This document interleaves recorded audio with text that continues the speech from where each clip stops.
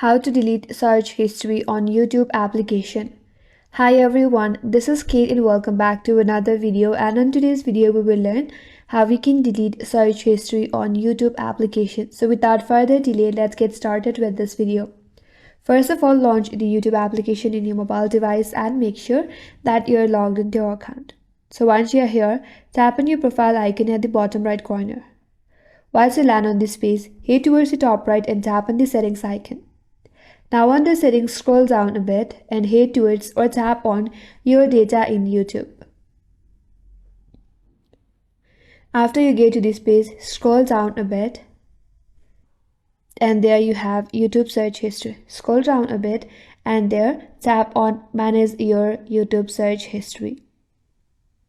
Here you have to scroll down a bit and there's an option as delete. You have to tap on it and then tap on delete all time.